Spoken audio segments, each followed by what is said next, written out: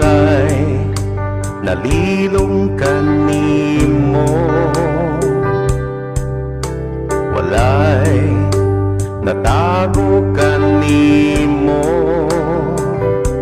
kay bisan gihuna-huna ko pala.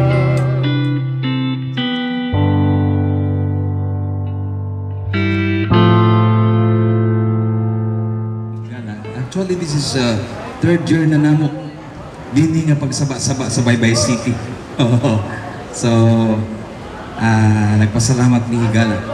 So, diana ang grasya sa Ginoo kamaayon niya ang gugma na sinati mga kagalaan namo ug kita tanan i-bless sa Ginoo tungod kay ni ata maayong atong panglawas. Ug karon mga kagalaan ko, dunay render og song ning akong kauban mga kagalaan ko, paminawan nato ang mensahe sa awit.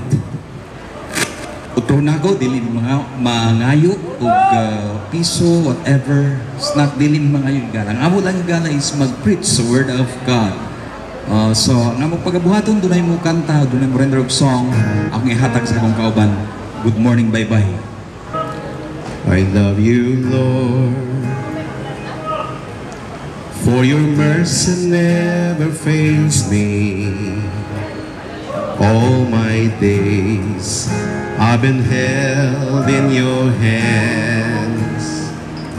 From the moment that I wake up until I lay my head, oh, I will sing of the goodness of God. In all my life, you have been faithful. In all my life, you have been so good.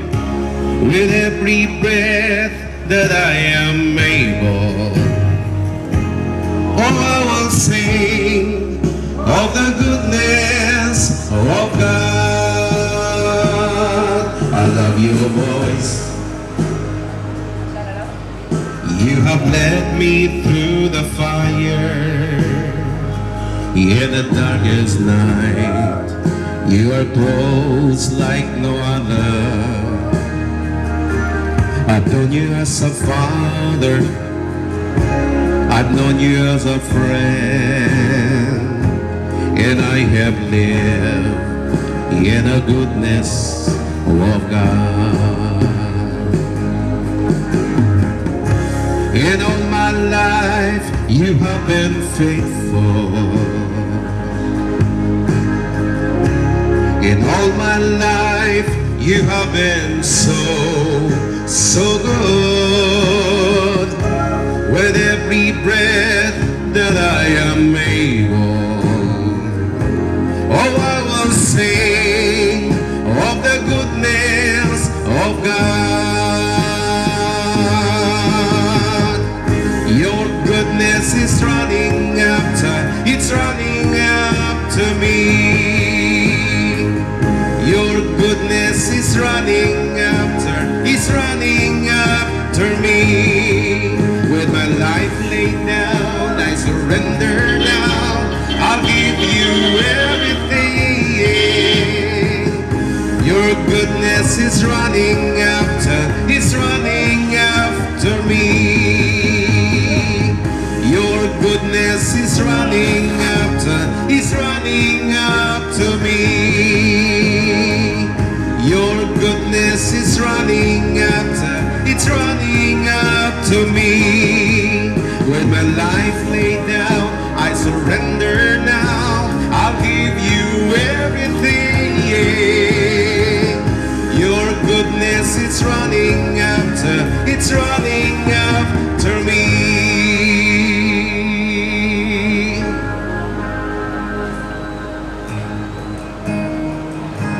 In all my life, you have been faithful. In all my life, you have been so good.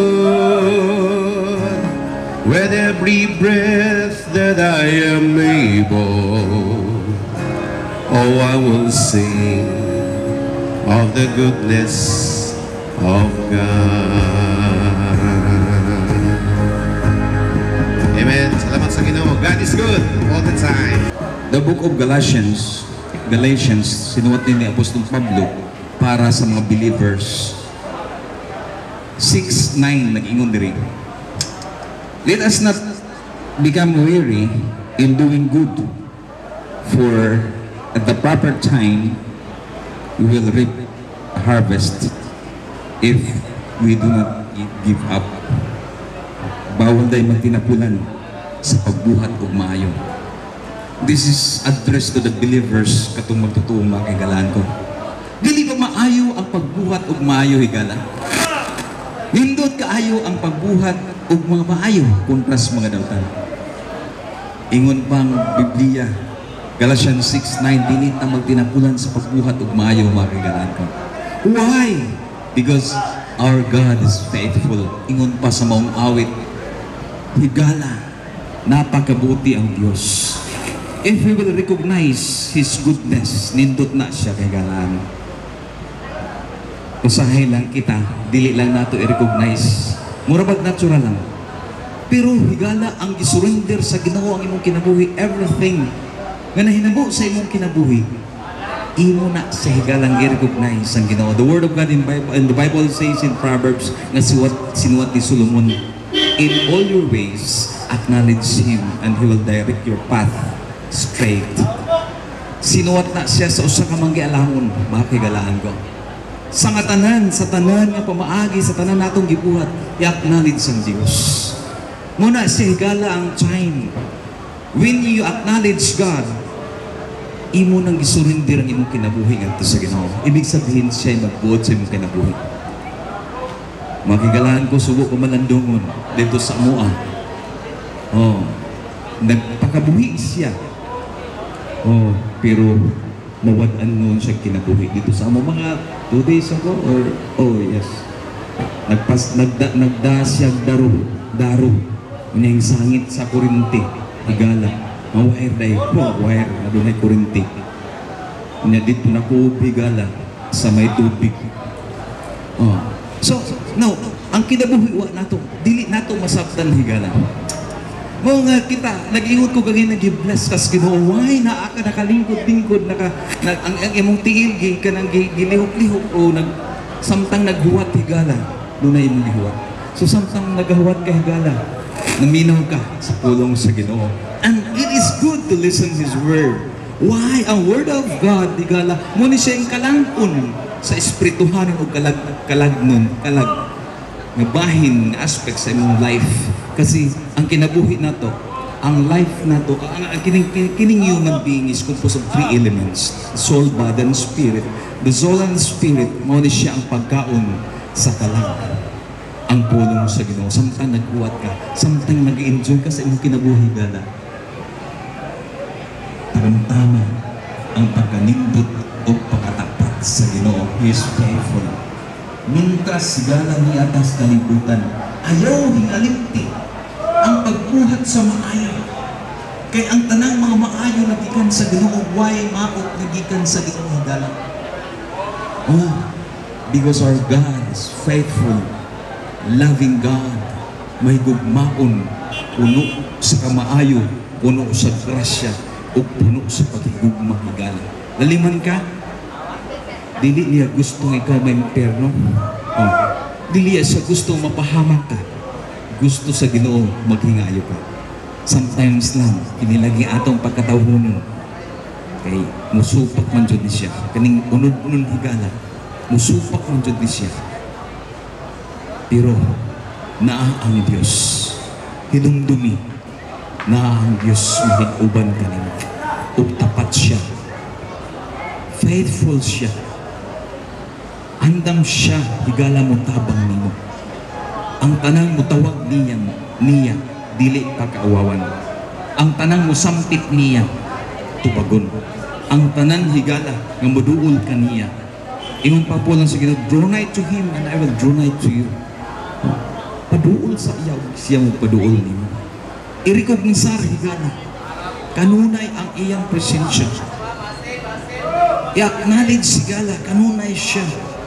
Tungod kay ang pulong sa Ginoo nagaingon, I am nothing without Christ. Wa ko'y mahimo kung wa ang Diyos. Nanginahanglan kag Diyos nga manluluwas. Every day higala ikinahanglan nato ang Ginoo. Dili ka makabuhat higala og hangin, dili ka makapauwan higala. Ang tanan nagagikan sa Ginoo.